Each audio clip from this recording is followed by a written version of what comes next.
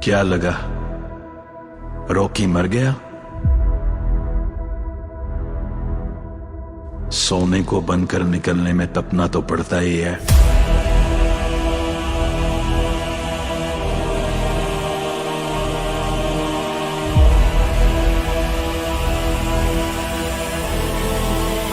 आखिर रवीना ने किसको गिफ्ट करे थे बॉम्ब? क्या करा था रवीना ने सिद्धार्थ की न्यू ईयर पार्टी में? क्या है KGF 3 की नई खबर? हेलो, एक बार फिर से आप सभी का स्वागत है दोस्तों बॉलीग्राज स्टूडियोज में, और मैं हूं आपके साथ अनुष्का त्यागी। 90 के दौर में जब माधुरी दीक्षित, मनीषा कोइराला, काजोल और जूही चावला जैसी स्टार्स का दबदबा था, तब रवीना टंडन ने फिल्मों में मजबूत किरदार निभाकर अपनी एक खास जगह बनाई थी। एक्ट्रेस को सिनेमा में उनके योगदान के लिए कई फिल्म फेयर अवार्ड्स मिले हैं। उन्हें अब अप्रैल 2023 में भारत सरकार ने पद्मश्री से भी नवाजा है। एक्ट्रेस के फैंस की सूची में फिल्मी सितारे ही नहीं बल्कि राजनेता भी शामिल रहे हैं। पाकिस्तानी लीडर नवाज शरीफ ने एक इंटरव्यू में रवीना टंडन को लेकर अपनी दीवानगी जाहिर की थी।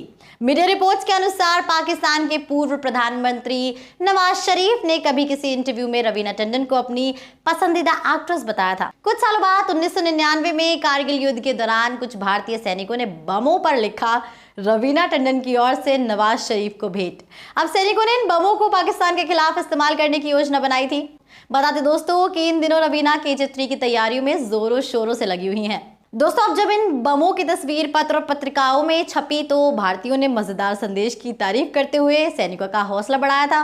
कारगिल वॉर के कुछ सालों बाद हिंदुस्तान टाइम्स को दिए गए इंटरव्यू में रवीना टंडन ने बताया कि उन्होंने काफी वक्त बाद बमों की तस्वीर देखी थी और कहा था कि पूरी दुनिया को युद्ध में उतरने से पहले बातचीत की टेबल पर आना चाहिए। हालांकि दोस्तों, रवीना ने स्वीकार किया कि अगर उन्हें देश की रक्षा के लिए बॉर्डर पर खड़ा होना पड़े तो वो पूरी शिद्दत के साथ ऐसा करेंगी।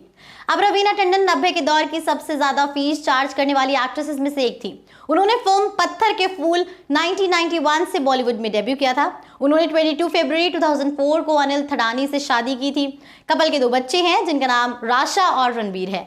उन्होंने शादी से पहले बेटी छाया और पूजा को गोद भी लिया था।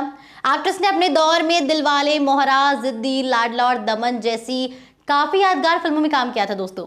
अब ऐसा सुनने में आ रहा है कि रवीना ने KGF 3 की स्क्रिप्ट को पढ़ा है और उन्हें ये स्क्रिप्ट काफी ज्यादा पसंद भी आई है। दोस्तों, वहीं अक्षय और अपने ब्रेकअप के बाद रवीना लाइमलाइट से दूर हो गई। वो अपनी दोनों गोद ली हुई बेटियों के केयर में लग गई और प्रोडक्शन की दुनिया में कदम रख दिया था उन्होंने। प्रोडक्शन का काम करते हुए उनकी मुलाकात अनिल थडानी से हुई थी। अनिल फिल्म डिस्ट्रीब्यूशन का काम करते थे। दोस्तों, थडानी की और रवीना की मुलाकात काम के सिलसिले में होने लगी थी। अनिल शादीशुदा थे। उनकी अपनी पत्नी नताशा सिप्पी से टकरार चल रही थी। नताशा फिल्ममेकर रोमो सिप्पी की बेटी थी। अनिल की जिंदगी में कुछ भी ठीक नहीं चल रहा था, लेकिन रवीना से उनकी नजदीकियां बढ़ती गई। इस बीच अनिल ने पत्नी नताशा सिप्पी से तलाक लिया। बात करें दोस्तों रवीना की अगली फिल्म KGF 3 की, तो अभी ये कंफर्म नहीं हुआ है कि वो इस फिल्म का हिस्सा होंगी भी या नहीं।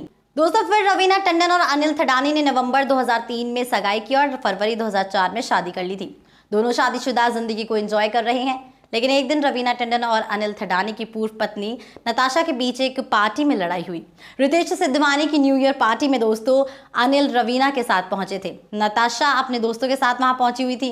रिपोर्ट्स के मुताबिक देखने वालों का कहना था कि नताशा सिप्पी अनिल थडानी से नजदीकियां बढ़ाने की कोशिश कर रही थी। रवीना ने देखा तो वो गुस्से में हो गई और दोस्तों उन्होंने जूस से भरा गिलास नताशा पर फेंक दिया था।